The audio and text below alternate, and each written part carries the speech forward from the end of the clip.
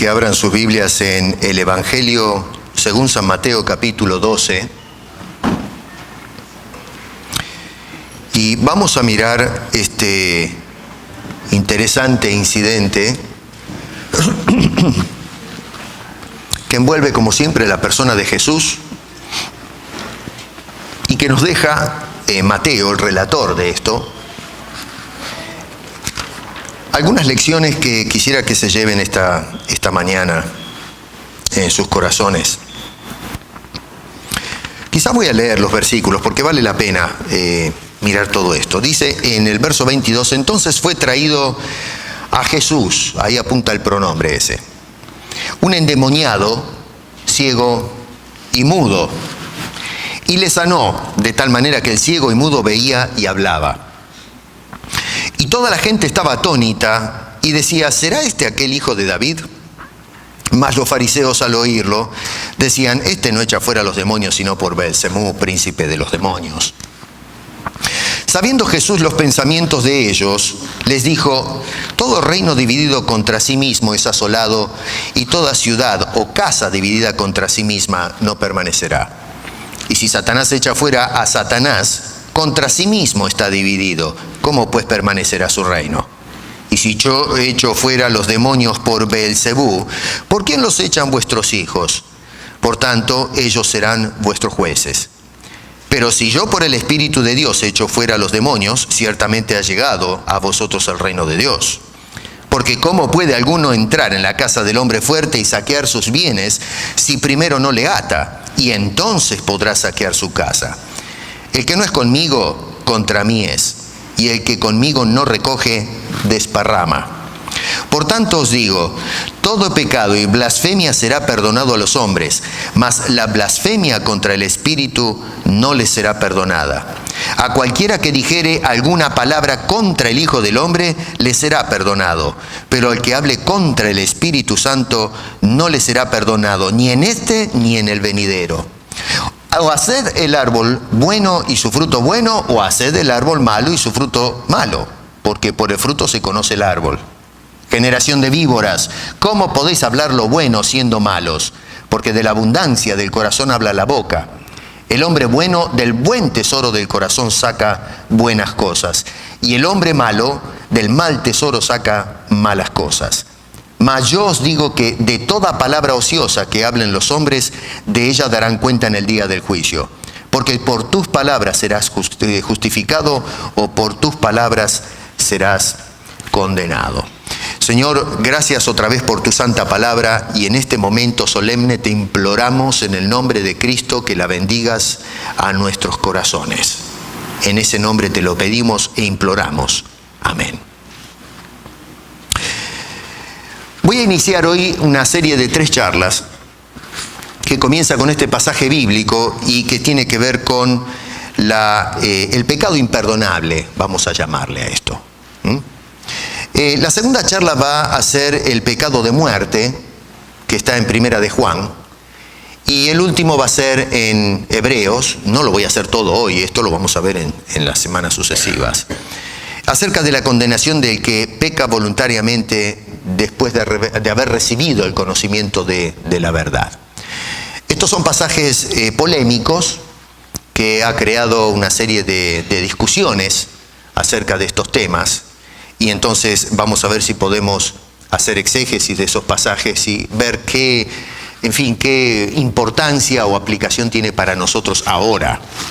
No fue solamente para aquella gente del primer siglo que se escribieron estas cosas, sino que ahora en el siglo XXI podemos echar mano de estas verdades y ver cómo eso puede impactar nuestras vidas y darnos orientación para caminar como cristianos.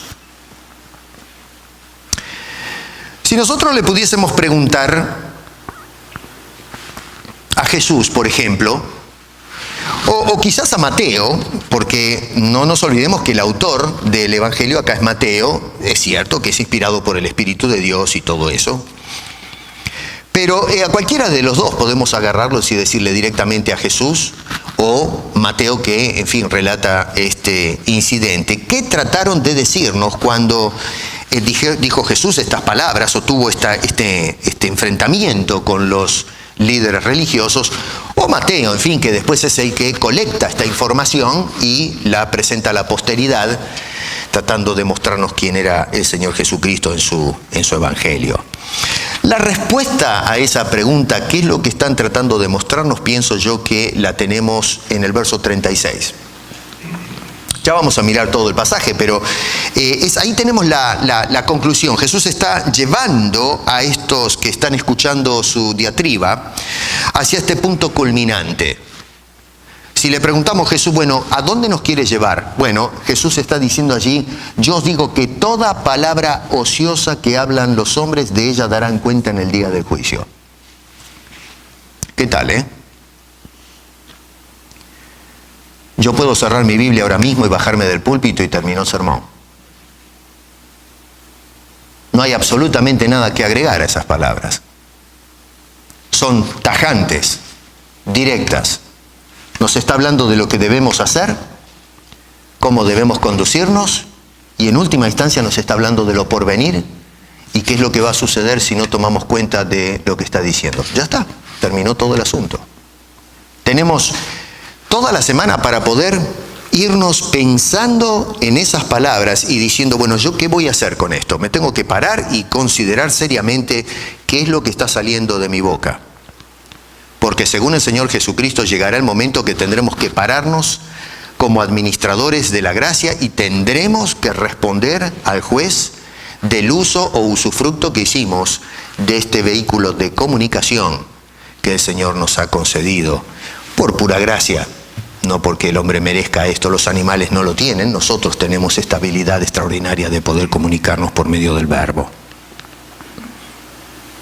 Ahora, la palabra ociosa que aparece ahí en el verso 36, en el original es muy interesante porque obviamente habla de alguien que no quiere trabajar, un vago. No hay que darle mucha vuelta al asunto, pero básicamente significa una persona que está diciendo algo pero sin detenerse a pensar un momento antes de hablar. La persona que es totalmente precipitada y fuera de control y no se detiene a considerar lo que está diciendo, es decir, cuál es su significado y lo que es peor todavía, las consecuencias de lo que nosotros estamos diciendo. Uno de los grandes problemas de la teología contemporánea es que se dicen muchas cosas acerca de Dios, del Padre, del Hijo, especialmente del Espíritu Santo. Atenti con esto. Y francamente me doy cuenta que no se detienen ni un momento a pensar teológicamente acerca de lo que están diciendo. Se le adjudican cosas a la persona de Dios y ahora al Espíritu Santo que son totalmente contradictorias a las Escrituras. Hemos agarrado conceptos del paganismo y los hemos cristianizado y le estamos dando operaciones al Espíritu Santo que no son avaladas por las Escrituras. Cosas que son cuestionables. Y vuelvo a repetir, Jesús nos va a llamar a cuentas y nos va a decir, tú ahora tienes que responder a lo que estás diciendo. Lo que decimos, especialmente en lo tocante a la naturaleza de la divinidad, de eso debemos tener cuidado porque tiene serias, gravísimas consecuencias. ¿Por qué razón va a dar cuenta en el día del juicio? Verso 37 dice, porque por tus palabras serás justificado o por tus palabras serás condenado. Atenti con esto, acá vale una aclaración, porque se puede caer en el terrible error de pensar de que nosotros vamos a ser justificados por la forma en que hablo. En otras palabras, caemos en el concepto de salvación por obras. Ya hemos hablado mucho acerca de esto en otras ocasiones. No, lo que está diciendo acá el Señor Jesucristo es que vamos a ser justificados mediante la confesión de Cristo como Señor y Salvador de nuestras vidas. Entonces, una vez que hemos reconocido por operación de Dios en nuestro corazón de la realidad y la necesidad de tratar con el pecado, Dios nos ofrece justificación en la persona de Cristo el justo, y entonces esa confesión que hacemos de que ese Cristo ahora es mi Señor y mi Salvador es lo que me justifica delante de Dios. Pero es lo que Dios hizo, no lo que hacemos nosotros. Por eso dice el Señor Jesucristo, por tus palabras serás justificado, o, como sucede en el contexto, por tus palabras serás condenado, y ese es el caso del conflicto con los fariseos. Ahora, Este es el punto, digamos, no sé, a ver, uno puede, y ya vamos a mirar todo esto en el contexto, pero puede desarrollar todo el pasaje y decir, bueno, ¿cuál es entonces lo que nos queda a nosotros? Bueno, este es el punto. Cuidado con esto, ¿eh? Muchísimo cuidado, tomen nota de lo que nos está diciendo Jesús acá. No está hablando cualquier persona, está hablando el Maestro, nuestro Salvador, el Dios encarnado. Así que hay que poner muchísimo cuidado con lo que nos dice el Señor. ¿Cuál es la situación acá? Bueno, estamos en un proceso, ya sabemos que Jesucristo no fue bien visto por la sociedad religiosa. La verdad es que no lo podían ni ver al Señor. Al principio parece que cuando era un chico vieron en este muchacho de 12 años, en fin, entró a la sinagoga, leía los rollos y la gente quedaba impresionada con el nivel intelectual, la sabiduría que salía o que emanaba de este chico. Pero a medida que empezó a crecer y a debatir contra la gente de academia, especialmente cuando comenzó su ministerio público, se dio vuelta todo el asunto. Y comienza entonces ahora un tire y afloje entre los líderes religiosos y Jesucristo, y empieza a levantarse una hostilidad contra la persona y la obra del Señor Jesucristo. Así que lo que vamos observando en este punto del Evangelio de Mateo es un incremento en la hostilidad, la presión que se ejerce contra la persona del Maestro. Y la razón de por qué se levanta todo esto es porque ellos estimaban que Jesucristo era un revolucionario, un terrorista ideológico que venía a echar por tierra toda la estructura tradicional, religiosa, espiritual que estos hombres habían abrazado y defendían a palo y a todo trapo. No querían soltar este tipo de cosas. Así que Jesús venía tratando de reorientar a la gente. Jesús no venía a tirar bombas. Lo que él estaba tratando es de reorientar a la gente a los principios del Antiguo Testamento, las cosas que Dios le había hablado al pueblo y que habían sido mal manejadas por los escribas y los fariseos. Los sacerdotes es otro gremio aparte que no lo voy a tocar ahora. No eran los intelectuales, ellos eran más bien los depositarios de la confianza romana que ejercían el control del pueblo. Es otra casta de gente, es otro gremio. Así que por eso es que no los estoy mencionando a los que formaban el sacerdocio. Pero los escribas y fariseos era la crema teológica, eran los maestros de Israel, lo que llamaríamos los teólogos eruditos en materia de religión. Así que estos señores estaban tremendamente aferrados a sus tradiciones religiosas y no las querían soltar. Y claro, cuando se levanta Jesús con ideas nuevas, entonces reaccionan hostilmente y tratan de frustrar cualquier tipo de avance de estas nuevas ideas para ellos. A veces nosotros estamos tan aferrados, y especialmente la cultura latinoamericana, de donde venimos, tan aferrados a nuestras tradiciones, a nuestra cultura, que inclusive muchas de ellas tienen un trasfondo religioso, que no las queremos soltar. Y muchas veces encontramos, si hacemos un análisis concienzudo de esas tradiciones y culturas o subculturas, no sé, que muchas de esas cosas y de esas prácticas que, como indiqué, tienen visos religiosos, van totalmente en contra de la voluntad de Dios en su palabra. Y la gente, en lugar de detenerse a pensar un poquito, bueno, yo heredé este asunto de los antepasados, pero ¿realmente esto es correcto o no es correcto? Vuelvo a insistir, como siempre, que la sociedad tiene sus ideas y no va a conciliar con las ideas del pueblo cristiano, porque vamos en dirección opuesta. Pero en cuanto a nosotros, los cristianos, los que hemos aceptado a Cristo, que somos nacidos de nuevo, si entendemos ese concepto, si realmente he llegado a entender lo que significa la regeneración, vamos a cuestionar nuestras tradiciones, las vamos a poner a prueba a la luz de las Escrituras. Y cuando encontremos que algunas de esas pruebas no sintonizan, no entran en línea con los principios de la voluntad divina, entonces vamos a decir, no, hasta aquí llegué. Esto no puede ser. No puedo continuar, aunque sea una tradición social o cultural de mi país o de mi gente. Yo tengo que tratar de evitar entonces conciliar con ese tipo de cosas. Pero bueno, no obstante, la gente que hace, a veces se quiere aferrar a esas culturas. Nosotros tenemos, por ejemplo, hartas peregrinaciones en nuestra Latinoamérica donde se portan santos y cosas por el estilo, y después la gente come, bebe, bailan y hacen una serie de cosas. Y en fin, es un libertinaje desenfrenado, donde a veces pasan cosas terribles. Yo digo, qué inconsecuencia, ¿no es cierto?, de que estamos festejando, celebrando algo religioso, pero después nos entregamos al paganismo. Ni hablemos de la Navidad. En nuestros países, a veces la Navidad se usa como pretexto para pegarse unas borracheras tremendas y muchas cosas más. Yo digo, pero esto es un disparate total. Pero es una tradición de arraigo en nuestra cultura de festejar estas fiestas en nombre de la fe, y luego entonces usamos esa pretensión para juntarnos y hacer cualquier desbarajuste. Bueno, eso está mal. Que nos guste a los latinoamericanos hacerlo es otra historia, pero está mal. Eso no tiene bases montadas en la palabra de Dios.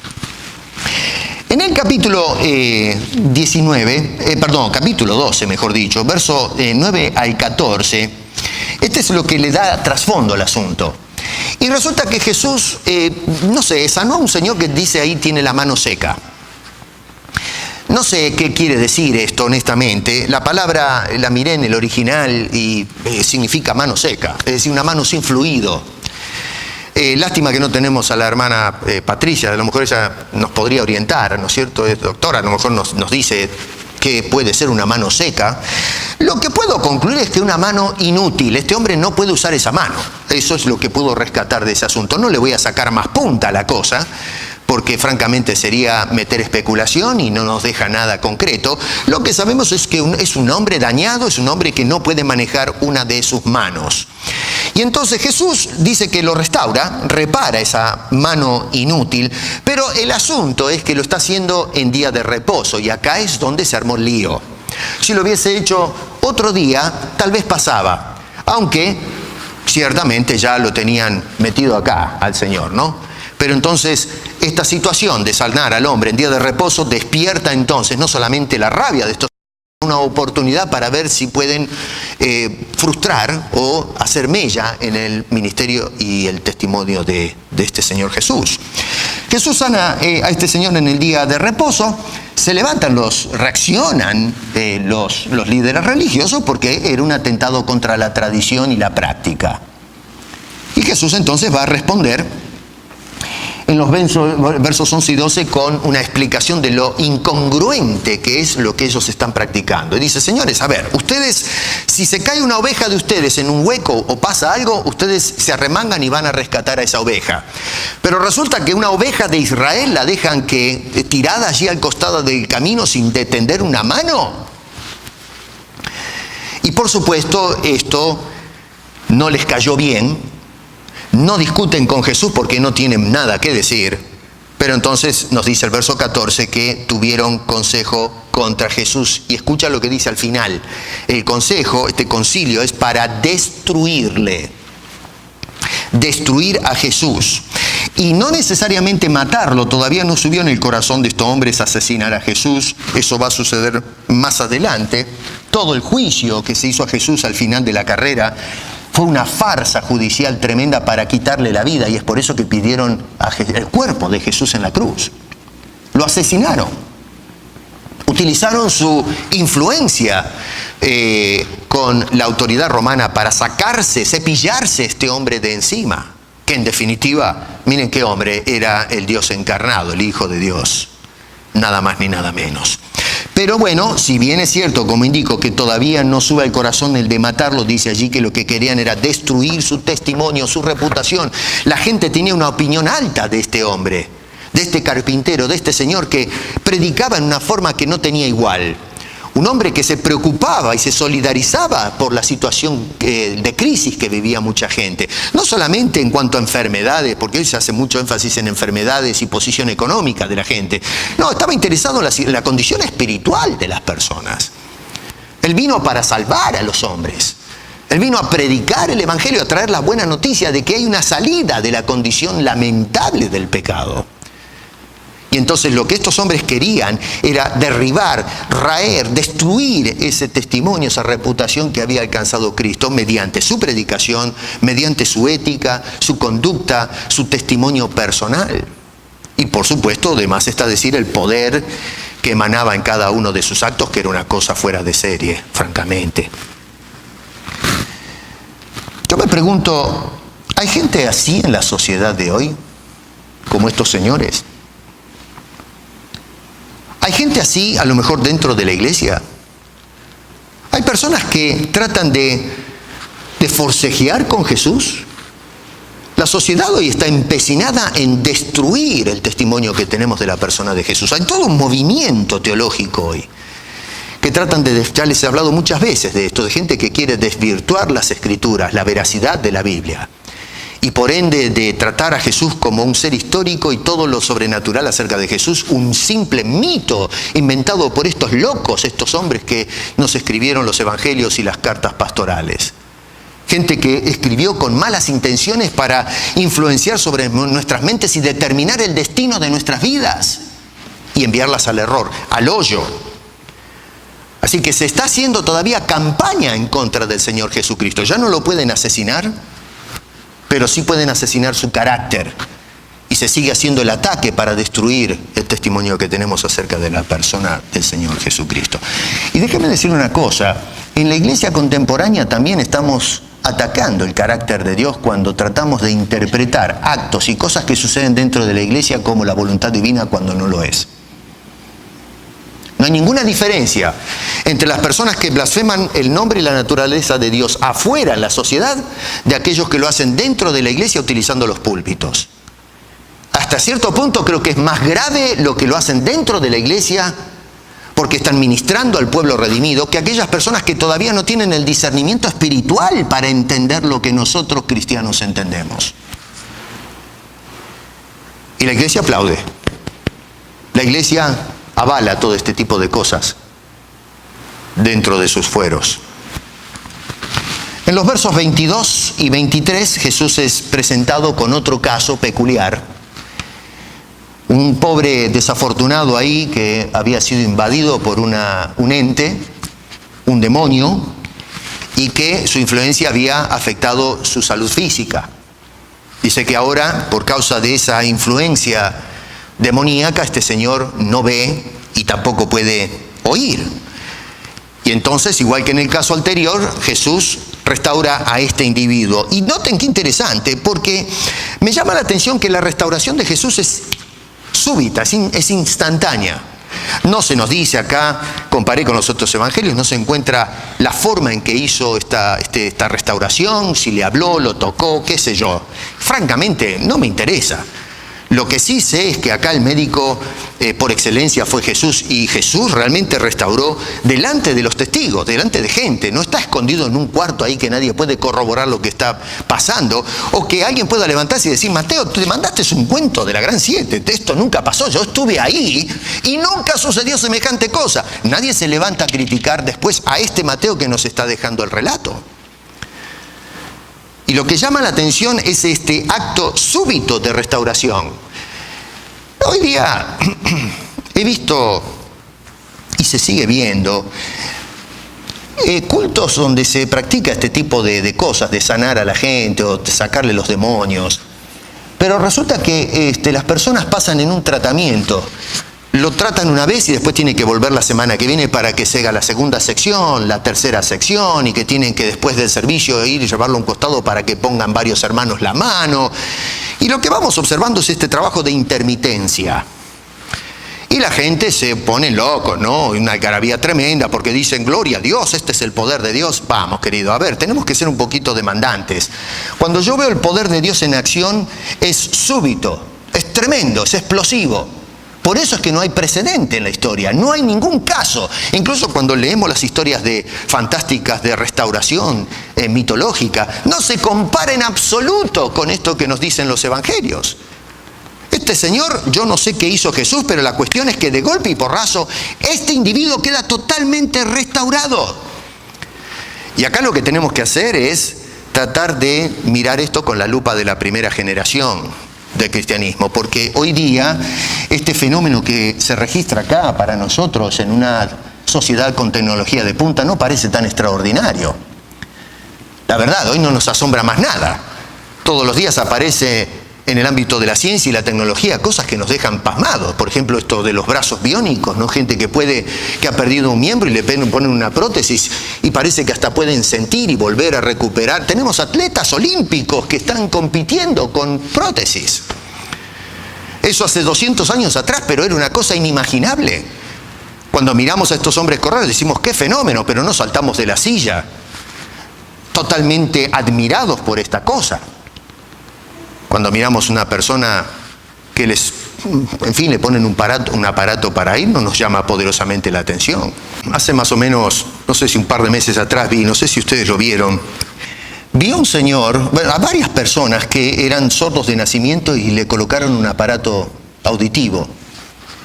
Y lo que trataban era de captar la reacción de estas personas que oían por primera vez. Y fue tan emocionante que hasta a mí se me escapaban un par de lágrimas al mirar ese asunto, porque ahí están había un niño, había un hombre adulto, una señora, y la criatura cuando escucha la voz de la madre por primera vez fue una cosa tremenda. Primero se sonrió, después se intimidó y después se abrazó de la mamá. Se sintió un poco asombrado, ¿no? El hombre, cuando escucha por primera vez, lo primero que le aparece es se abren sus ojos. Y la sonrisa, toda la luz de la cara cambia abruptamente. Pero entonces el hombre de repente se quiebra y pide a la cámara que corten por favor y se pone a llorar. El hombre queda deshecho. ¿Y qué de los familiares que están alrededor? Yo estoy mirando eso por televisión, este fenómeno de la tecnología, y estoy observando esta situación y comparto la emoción con este individuo. Pero claro, después al otro día apagamos el televisor y volvemos a la rutina de todos los días. Nada francamente nos llama la atención, ¿no? Y vuelvo a repetir, porque vivimos en una sociedad con una tecnología súper avanzada, de punta, y no se entraña en que vamos a ver, por ejemplo, gente paralizada que camina, están haciendo experimentos y cosas extraordinarias de ese tipo. Pero en el primer siglo no existía ninguna tecnología como la de hoy.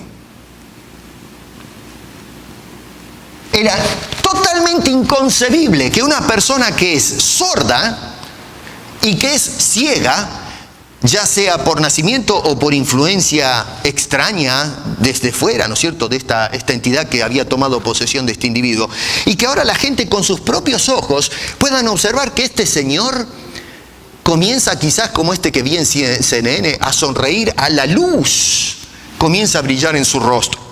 Esa oscuridad siniestra que había tomado posesión de su vida, la había controlado y la estaba arruinando. En un momento así súbito, vuelvo a repetir, pasa de la oscuridad a la luz. Y yo no sé, pero este hombre debe haber estado saltando de alegría. Y no solamente eso, pero los testigos que están observando este fenómeno, que no tiene par, que no hay antecedentes, que vieron este asunto y quizás están llorando, ¿no es cierto?, con este individuo y saltando de alegría. Hasta el punto que dice, pero ¿qué es lo que está pasando acá? Dice el verso 23, y toda la gente estaba atónita. La palabra esa en griego es muy interesante, extemi, que quiere decir sacados de lugar. Es como a veces decimos nosotros, me sacaron de base.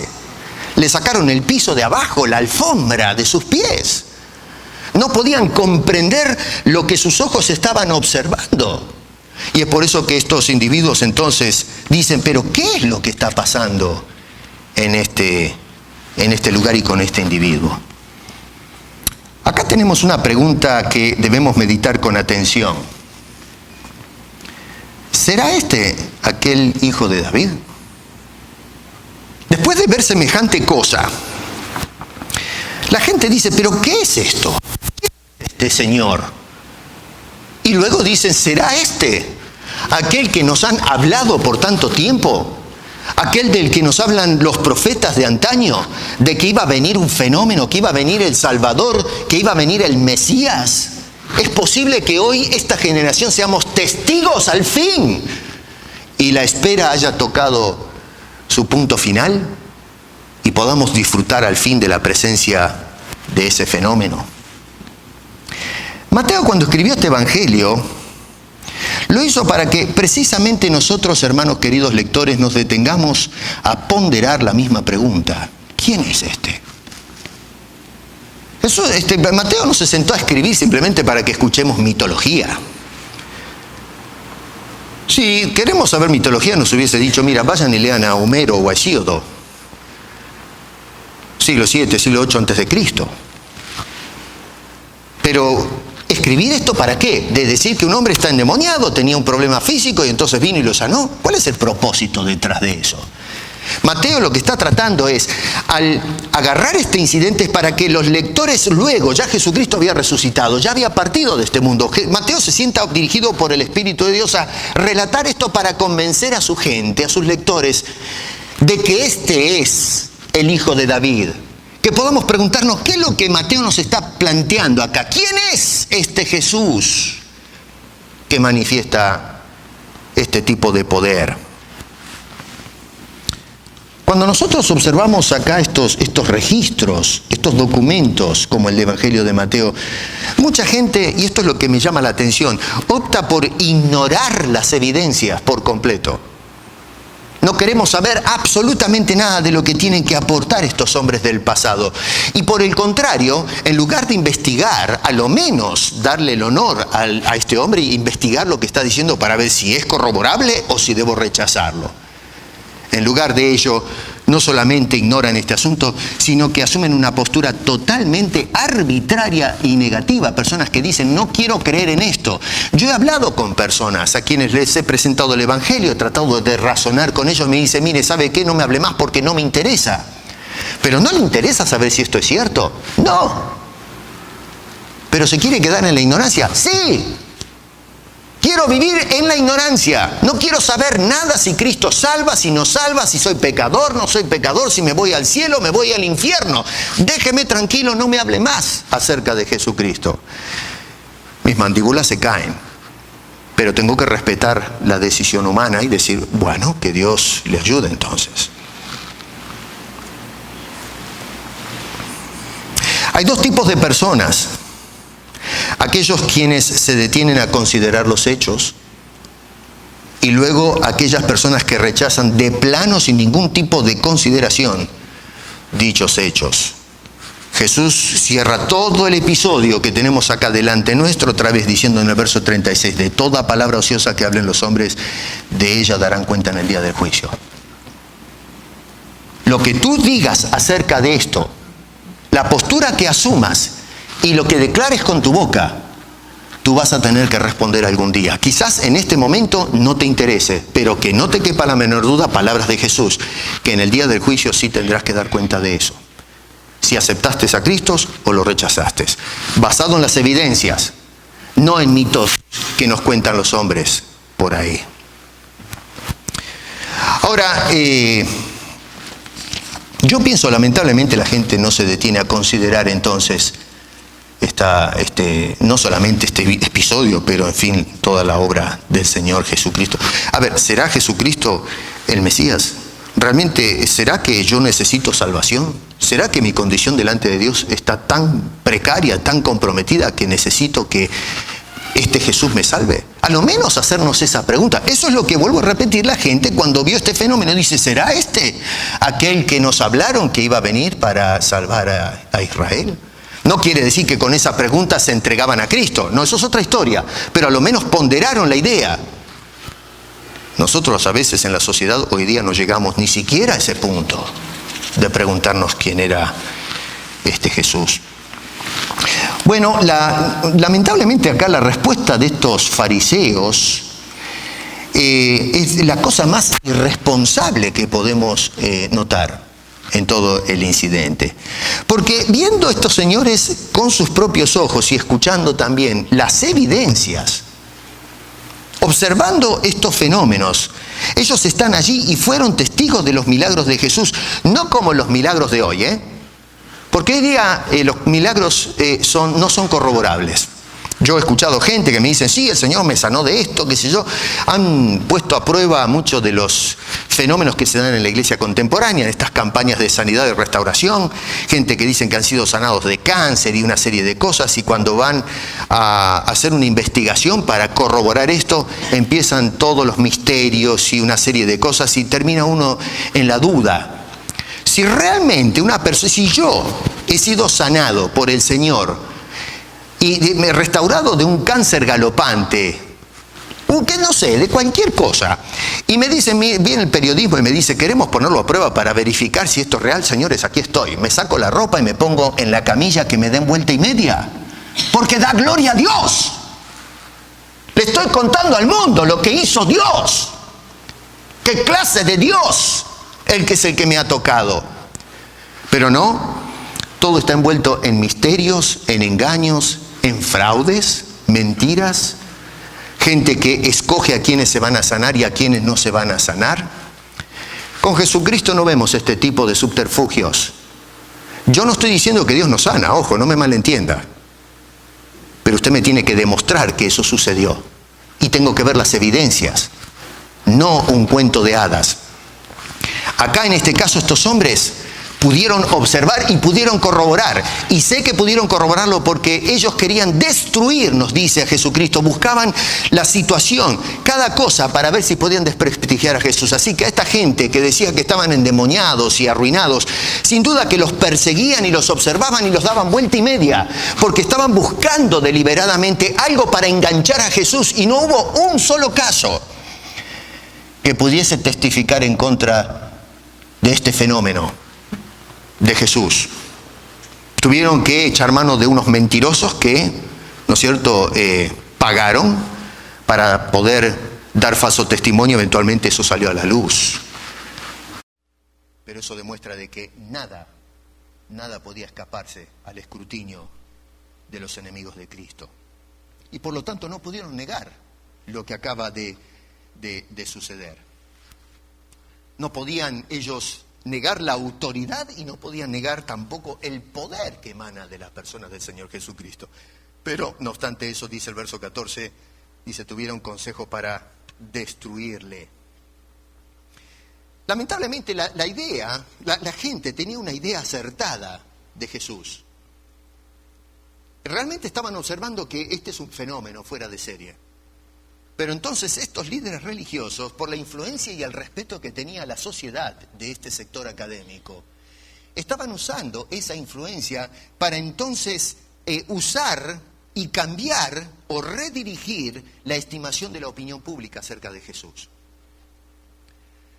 En la actualidad se hace exactamente lo mismo. Los académicos o eruditos utilizan sus títulos, su influencia, el respeto que tiene la gente por la academia, por los expertos, y utilizan esa fuerza y esa academia para influenciar sobre la opinión pública y llevarnos en la dirección contraria a las evidencias que nos hablan acerca de este poder y este fenómeno que emana de la persona del Señor Jesucristo. Y la gente va detrás de sus académicos. En lugar de usar la preparación para investigar con objetividad, por una cuestión de prejuicios nada más, lo que se hace es tratar de desvirtuar lo que nos han dejado estos registros sagrados para nuestra edificación. Cuidado, no estoy diciendo con esto que no debemos escuchar a los académicos o no debemos estudiar academia. Es importante prepararse, ir a las universidades, a los colleges. Lo que estoy diciendo es cuando nos ponemos como ovejitas en el degolladero y dejamos que ellos determinen qué tenemos que creer y terminen siendo influenciadores políticos, sociales, que nos llevan al mundo oscuro del pecado en lugar de la luz del Evangelio para salvación de nuestras almas. Entonces los fariseos, acá habiendo sido testigos del suceso y no pudiendo negarlo, porque en definitiva hay otros testigos que podrían haber parado a los fariseos si querían mentir y decir, no señor, nosotros estuvimos ahí, lo vimos, y aún el hombre que estuvo enfermo podía decir, mire, ustedes pueden decir todo lo que quieran, para acá estoy yo, y si quieren estudiarme, acá estoy, a su disposición. Pero no obstante eso, dice el verso 24, más los fariseos al oírlo decían, este no echa fuera a los demonios, sino por Belcebú, príncipe de los demonios. Qué lindo, ¿eh? Miren qué hombres de Dios son estos. Entonces, Jesús expone en los versículos que vienen por delante la incongruencia de semejante declaración. Los versos 25 al 30. Verso 25, voy rápido acá. Pero lo primero que Jesús dice, un reino dividido contra sí mismo no prospera. Pasó con el reino de Roma, que era el punto, digamos, central en ese entonces. Roma tenía todo el mundo conocido bajo su control. En el año 476 de nuestra era cristiana, el Imperio Romano de Occidente cayó por implosión. Roma contra Roma. Jesús tenía razón.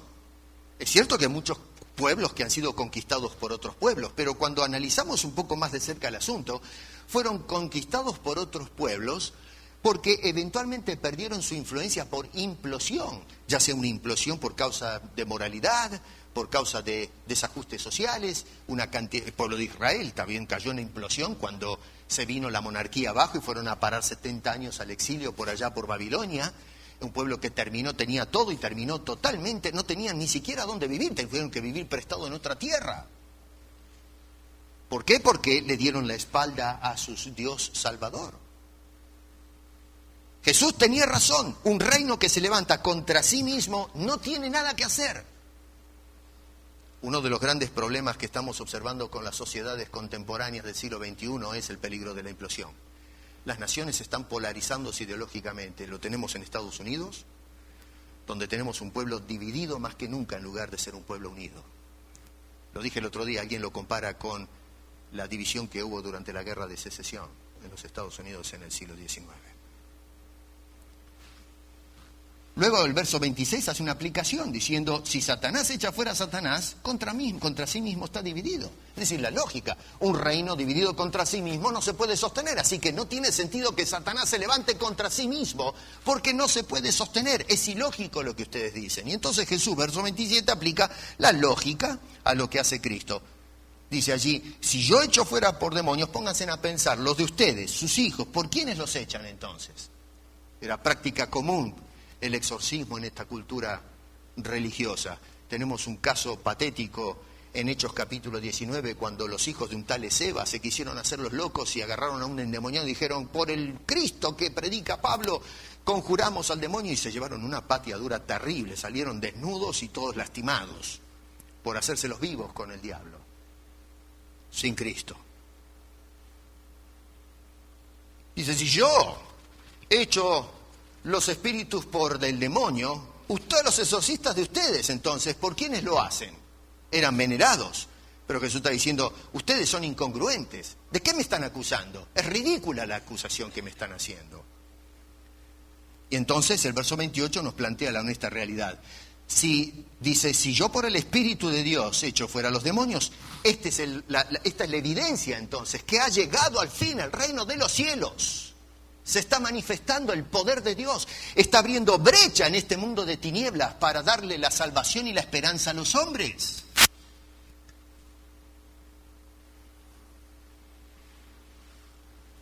Ahora, cuando miramos todo vuelvo a repetir esta diatriba, ¿qué está tratando de afirmar Jesús con sus palabras? Bueno, por un lado, que el reino de Dios se ha acercado, se ha expuesto, está abierto para que los hombres entren a él. Pero por el otro lado, trata de llamarnos a la atención de cómo juzgamos la manifestación de dicho reino y su influencia. Dice el verso 31 de que cuidarnos de no cometer el pecado de blasfemia contra el Espíritu Santo, porque tal pecado, dice, no le será perdonado. Ahora, acá hay que parar, porque se le ha dado mucha vuelta a esta declaración fuera de contexto y tenemos que preguntarnos, bueno, a ver, porque realmente el pueblo de Israel blasfemó contra Dios, otras naciones lo hicieron, algunos fueron salvados, ¿cómo es esto? Cuando Jesús dice que la blasfemia contra el Espíritu Santo no le será perdonada, ¿qué quiere decir él con estas palabras realmente? El verso 32 nos da la explicación, dice, el que habla contra el Espíritu Santo no le será perdonado ni en este siglo ni en el venidero. En otras palabras, no hay perdón nunca jamás para esta persona, ni acá ni jamás. Ahora, momento, a ver, vamos a pensar un poquito teológicamente, ¿no? Porque otra vez tenemos la advertencia de cuidar lo que decimos, entonces acá con temor y temblor hay que parar y hacer algunas preguntas. Recordemos que no debemos ser ociosos en nuestro hablar, sino que tenemos que poner mucha atención en lo que estamos observando. Ahora, Si nos dice que el que blasfema contra el Espíritu Santo no se le perdonará, ¿qué sucede con la persona que blasfema contra el Padre?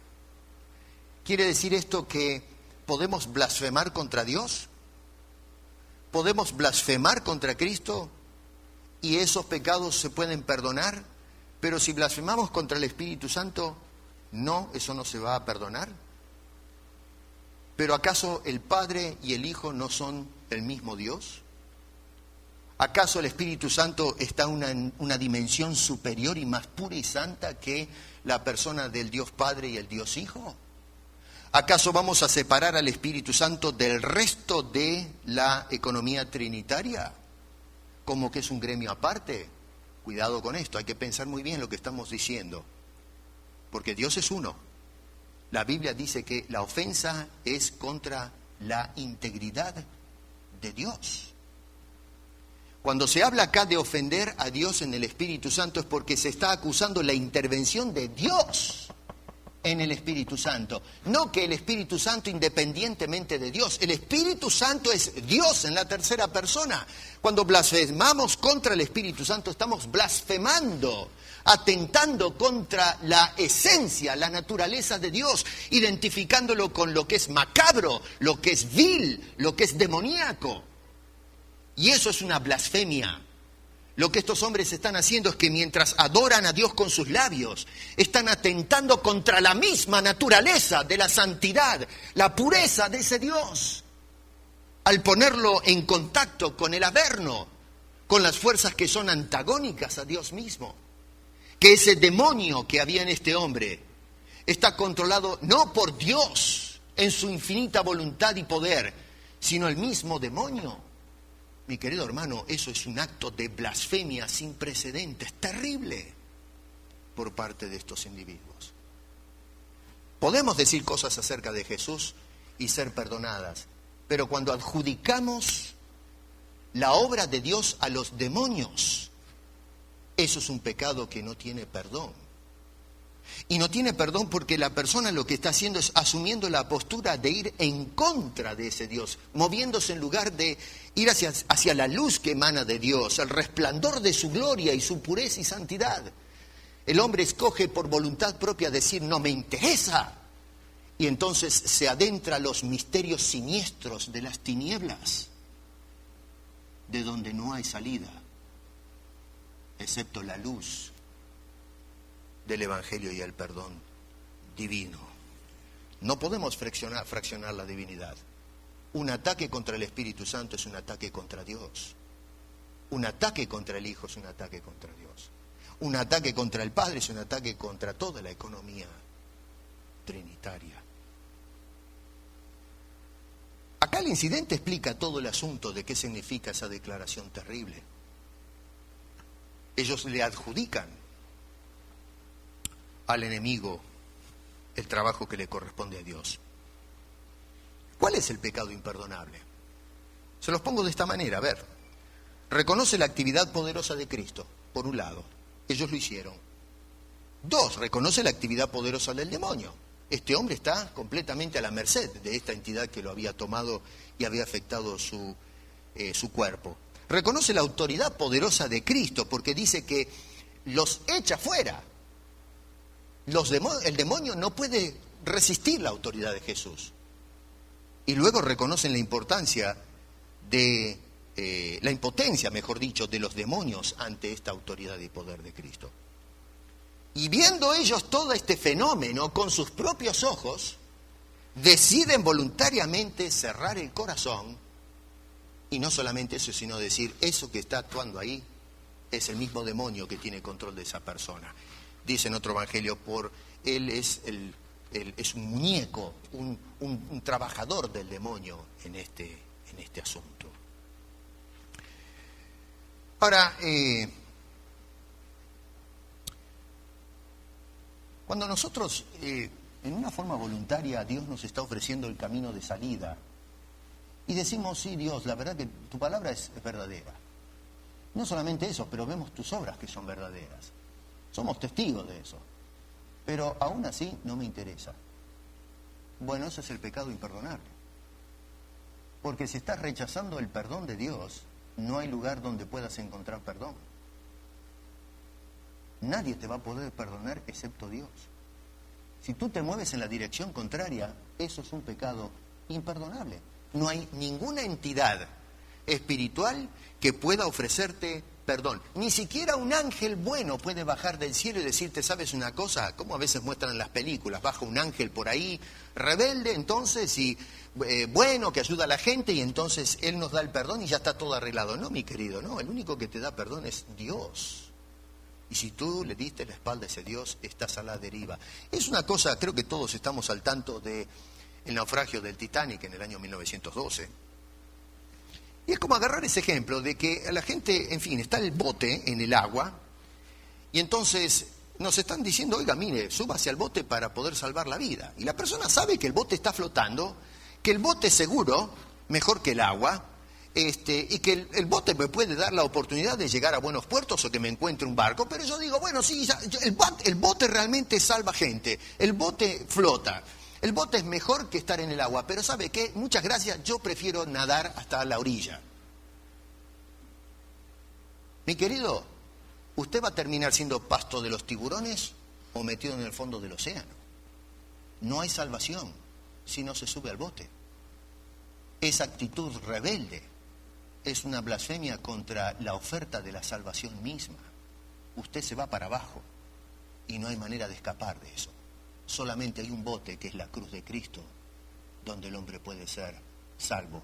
Y decir que esa cruz es una obra satánica, eso es la peor blasfemia que puede cometer el ser humano. Es darle la espalda totalmente a Dios. Y eso es lo que estaban haciendo los escribas y los fariseos.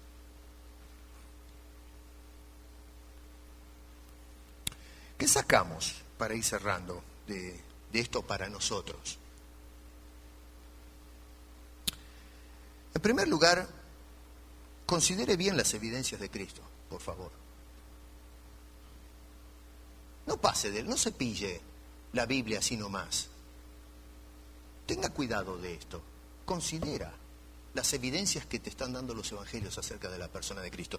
Luego de haber considerado, si usted no lo quiere aceptar, bueno, está bien, pero por lo menos dele el honor a las Escrituras que le corresponde. Investigue, no llegue a una actitud bruta de decir no quiero creer porque no quiero creer y se terminó el asunto. Pero es lo mismo que si alguien le dice, mire, escúcheme, no se tome ese frasco de veneno porque se va a morir. Bueno, yo sé que mata a las ratas, pero me lo voy a tomar igual, porque yo soy guapo. Y bueno, ¿dónde va a terminar usted? Si no termina en el cementerio, termina en terapia intensiva. No hay vuelta que darle. Bueno, lo mismo sucede con la salvación y la vida eterna de su alma. Si hay gente que está siendo impactada a través de la historia, si yo estoy escuchando personas que me dan testimonio que sus vidas fueron transformadas, yo tengo que pararme a lo menos y decir, pero a ver, ¿por qué estas personas dicen que fueron cambiadas o transformadas? ¿Qué es lo que está sucediendo en la vida de este individuo? Algunos dicen que es un fenómeno psicológico. Vamos, querido, paranoia colectiva. Estamos hablando no de un grupo de 15 personas. Estamos hablando de toda una generación de 2000 años de gente que ha declarado ser transformada. ¡Qué paranoia colectiva! Pero vamos, no seamos tontos. Hay algo que realmente está sucediendo con el hombre cuando es influenciado por la gracia de Dios. Hemos sido testigos de personas que los vemos y decimos, su vida ha cambiado, este hombre no es el mismo que conocí antes. Es una persona totalmente diferente, mejor persona, mejor centrada. ¿Qué es lo que está pasando con este individuo? Tengo que hacerme esa pregunta existencial. ¿Qué pasó con esta persona? ¿Qué es lo que tiene esa persona que yo no tengo? Considera las evidencias de Cristo. Por favor, no las tires por la ventana. 2, contempla el poder restaurador inmediato de Cristo y sus efectos, versos 22 y 23. Jesucristo, hermano querido, cambia total y absolutamente la vida de una persona. Yo doy testimonio de eso. Pasó en mi vida y pasó mucha de la vida de todos ustedes que conocen a Cristo. Yo sé lo que fui antes de conocer a Cristo. Y francamente no quiero participar eso porque es vergonzoso. Pero Dios tuvo compasión. Me hizo otra criatura y lo hace con ustedes y lo puede hacer con cualquiera que no conoce a Cristo como Salvador personal también en su vida.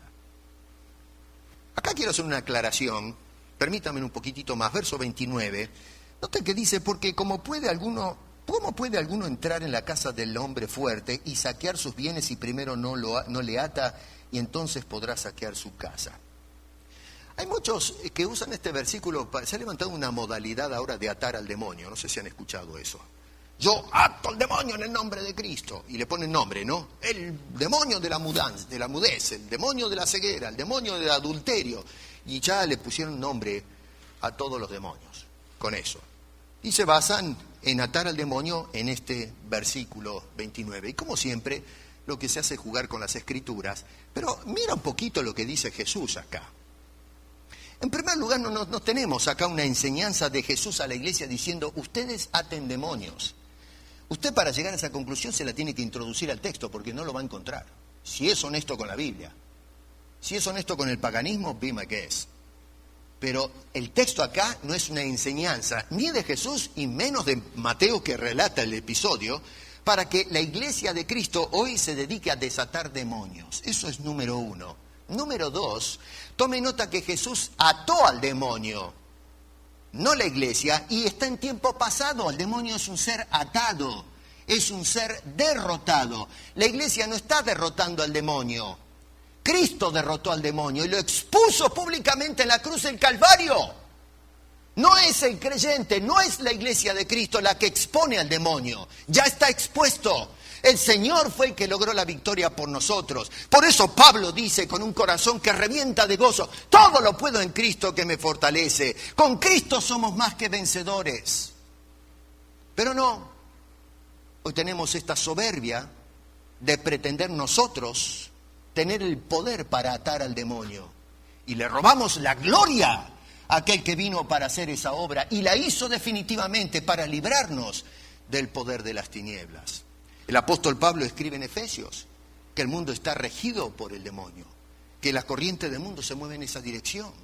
¿Cómo escapamos de eso? ¿Atando al demonio? Pablo dice, no, la fe puesta en Jesucristo nos da la liberación de ese tipo de dictadura, de esa tiranía espiritual. El punto de soberbia, de arrogancia que tenemos hoy, le roba la gloria a Dios, la centralidad de Cristo en la fe cristiana, para ubicarla sobre los hombres. Dice que Jesús entró en la casa del hombre fuerte, no dice que está entrando. Y no solamente dice que entró, el diablo en este caso es el hombre fuerte, pero dice que Jesús ató a ese hombre fuerte. No dice que lo está atando en el presente. Y dice que Jesús ha saqueado su dominio. Él es el soldado, el general, que entró y robó las almas que eran prisioneras del príncipe de las tinieblas. Así que el diablo es un ser saqueado, derrotado, expuesto. Sigue como león rugiente, dice Pedro, buscando a los distraídos, pero si nosotros estamos con los ojos clavados en Cristo, eres intocable. Eres una persona que está resguardado en el poder de la gracia soberana de nuestro bendito Salvador. Y por último, Jesús conoce lo que esconde el corazón del hombre y sus intenciones, verso 25. Hermano querido, la boca habla de lo que hay en el corazón. No necesitamos decir una blasfemia con la boca. Basta con que ya esté en el corazón, y eso es lo que estaba pasando en este caso. Jesús le habla a estos hombres porque lo que estaban diciendo es lo que estaba en su corazón. Por eso dice allí, sabiendo Jesús los pensamientos, no las palabras de ellos, sino los pensamientos, es que entonces lanza toda esta advertencia. Y luego, por supuesto, estos hombres lanzan con su boca la acusación. Pero primero está guardado aquí adentro. Es lo que está en tu corazón lo que determina tu destino eterno. O está Dios en ese corazón, o están las fuerzas del mal. Y tu destino eterno está determinado en esa realidad, en ese punto central. ¿Te estás deteniendo a considerar las evidencias de Cristo? A lo menos estás haciendo eso.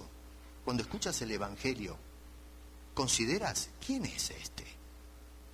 ¿Quién es este Jesús? ¿Será este? ¿Realmente será este el Mesías?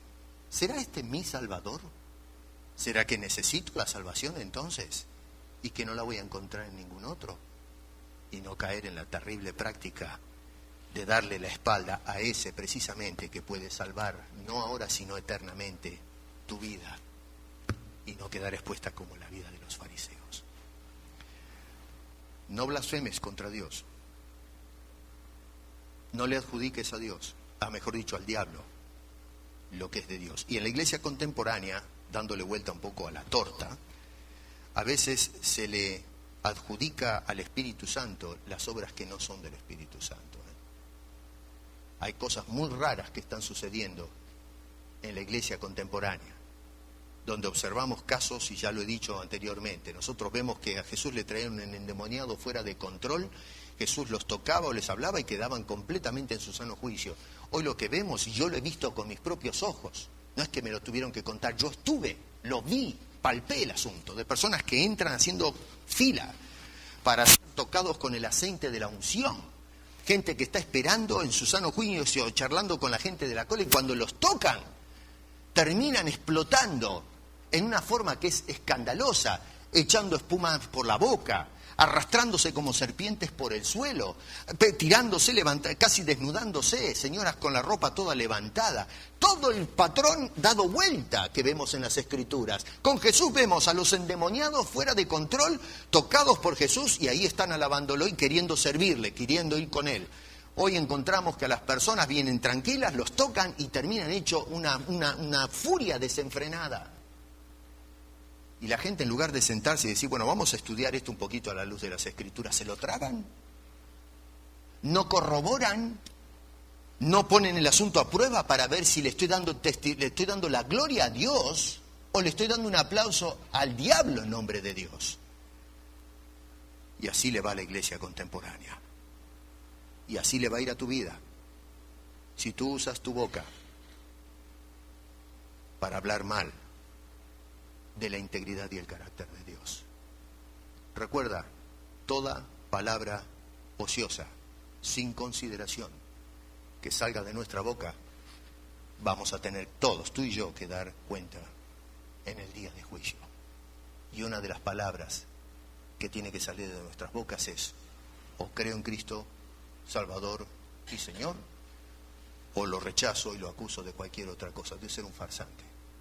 De eso vamos a responder, que no te quepa la menor duda, sino en esta vida, en la otra. Quiera Dios que te acerques a esa cruz, si no lo conoces, y aceptes el regalo precioso de la salvación, y experimentarás el poder y la fuerza restauradora de Cristo en todo tu ser, para la gloria de nuestro bendito Salvador. Padre, te damos muchas gracias por esta tremenda historia, y cómo pusiste en tu lugar a estos fraudulentos hombres de Dios, estos señores que querían dirigir a Israel no a la luz, sino a la confusión y al error, a darle la espalda a tu bendito Salvador. Gracias que un día podríamos haber caído en las manos de personas que nos dirijan mal, pero nos trajiste a la verdad del Evangelio, y por eso estaremos desde ahora y para siempre agradecidos. Gracias, Señor, y te rogamos que si en nuestro medio o a través de esta filmación hay personas que escuchan el mensaje y no conocen a Cristo como Salvador, te imploro en el nombre de Cristo que toques su vida, que la cambies, la transformes, para que pueda caer rendido a los pies de la cruz, aceptándote como el soberano Señor de su vida. Porque te lo pedimos en el nombre de Cristo. Amén.